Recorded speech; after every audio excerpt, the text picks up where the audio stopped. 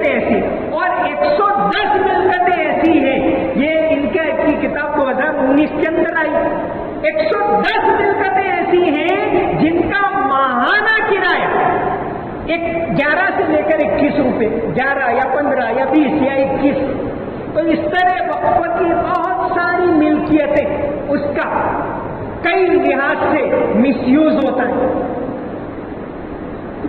بنگلور کے اندر ایک ہوٹل ہے، شیریٹون ہوٹل، وقف کی زمین ہے، لیکن اس کو 30 مہینے کے 30 سال کے لیز پر دے دیا.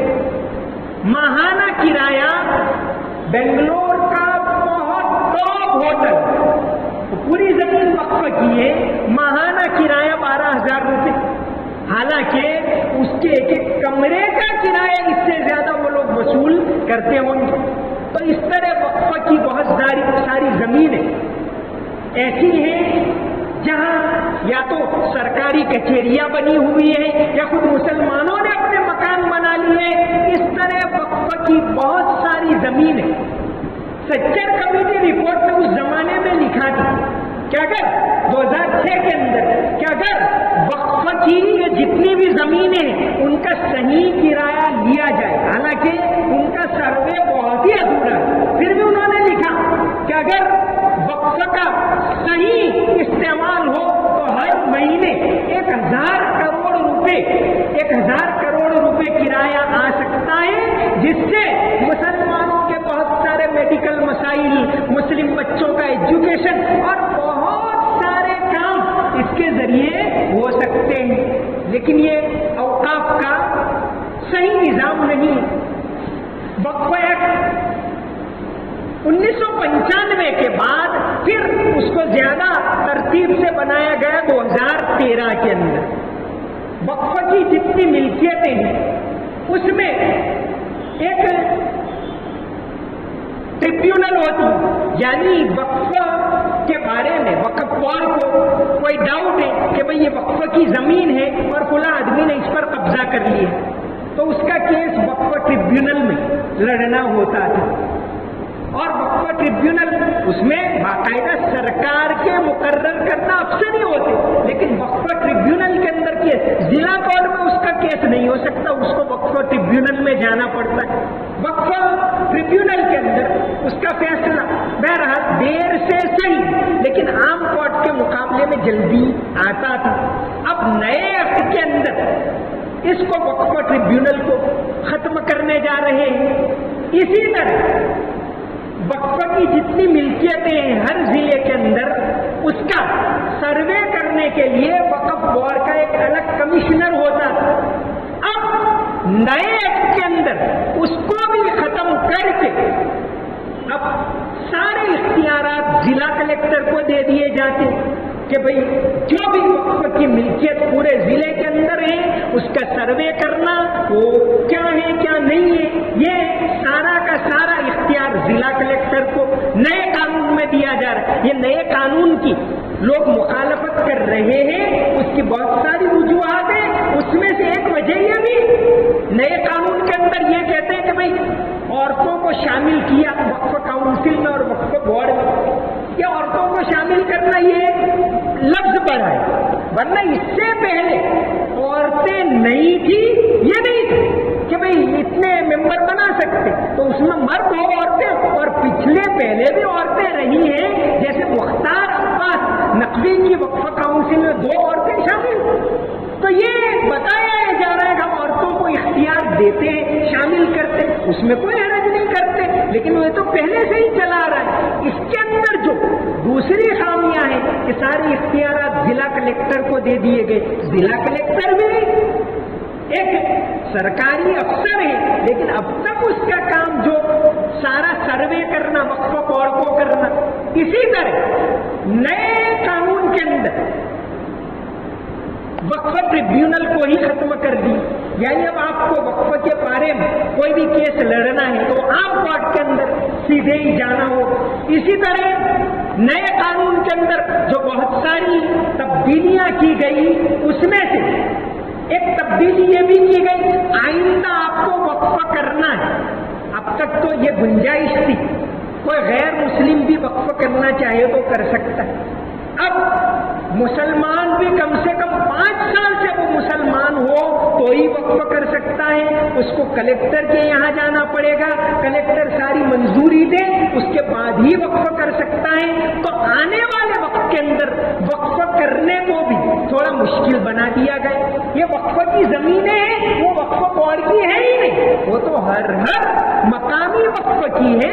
وقف بورڈ کو تو صرف اس کی نگرانی کرنا ہے, یہ وقف بورڈ کی ملکیت نہیں ہے. تو یہ کہا جا رہا ہے کہ بھئی ریلوے کے بعد اور ڈیفنس کے بعد اگر سب سے زیادہ زمین ہے تو وقف بورڈ کے پاس, وقف بورڈ اس کا مالک ہے ہی نہیں. اگر وہ زمین گودرا کے کسی مدرسے کی ہے تو وہاں کا ٹرسٹ اس کا انتظام کرتا ہے, اور اگر وہ زمین چنئی کی کسی خانقاہ کی ہے تو وہاں کا ٹرسٹ اس کا انتظام کر رہا ہے. وقف بورڈ کو تو صرف نگرانی کرنا ہے, وقف بورڈ اس کا مالک ہے ہی نہیں. تو یہ بھی بڑی غلط فہمی پھیلائی جا رہی ہے. اس کے علاوہ وقف بورڈ کے اندر اب نئے قانون میں, اب تک یہ تھا کہ وقف کاؤنسل کے ممبر ہو تو مسلمان ہو, وقف بورڈ میں مسلمان ہو.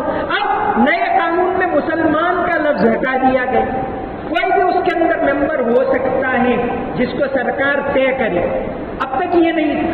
خیر, اس ملک کے اندر ہم تو کسی طرح کا بھید بھاؤ نہیں چاہتے, لیکن جس مذہب کا ہو کہ اگر کوئی مندر کا ٹرسٹ ہے تو اس میں غیر مسلم ہوں گے, ظاہر ہندو ہوں گے, وہی ہونے چاہیے. اگر کوئی گرودوارا کا ہے تو گرودوارا پربندھک کمیٹی اس کا انتظام کر رہی ہے, کوئی حرج نہیں, وہ کر رہے ہیں. تو اسی طرح مسلم اوقاف میں اس کے نگران مسلمان ہونے چاہیے, تو یہ لفظ بھی نکال دیا. بہرحال اب تو یہ نیا قانون ہے, چونکہ پارلیمنٹ کے اندر ابھی تو وہ پاس نہیں ہو سکا اور وہ JPC کو بھیج دیا گیا ہے, جوائنٹ پارلیمنٹری کمیٹی کو.